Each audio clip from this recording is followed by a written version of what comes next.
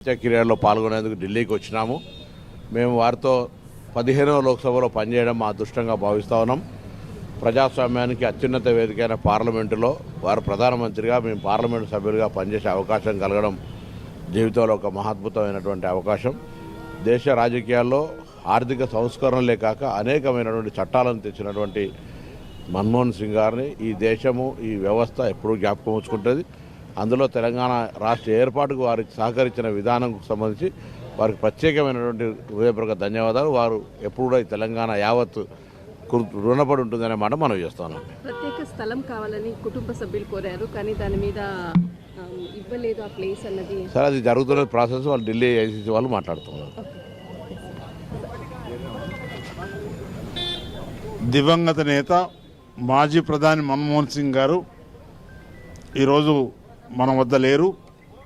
వారి మరణం పట్ల తీవ్ర సానుభూతిని, సంతాపాన్ని తెలియజేస్తూ ఉన్నాను. వారు ఈ దేశం ఆర్థిక వ్యవస్థలో కూనరిల్లిపోతున్న తరుణంలో, కుప్పగూలినటువంటి తరుణంలో ఆర్థిక వ్యవస్థను మెరుగుపరిచి గొప్ప నాయకుడు అనేటువంటి మాట సందర్భం గుర్తు చేస్తూ ఉన్నాను. వారు ఆర్థిక సంస్కరణలే కాకుండా ప్రజాస్వామ్యబద్ధంగా ప్రజలు అధికారాన్ని అనుభవించాలని సమాచార హక్కు చట్టం అయితేనేమి, ఉపాధి హామీ చట్టం అయితేనేమి, ఫుడ్ సెక్యూరిటీ అయితేనేమి, మనకు ఉన్నటువంటి విద్యా హక్కు చట్టం అయితేనేమి, రకాల చట్టాలు తీసుకొచ్చి బలాన్ని అనేటువంటి మాట సందర్భం తెలియజేస్తా ఉన్నాను.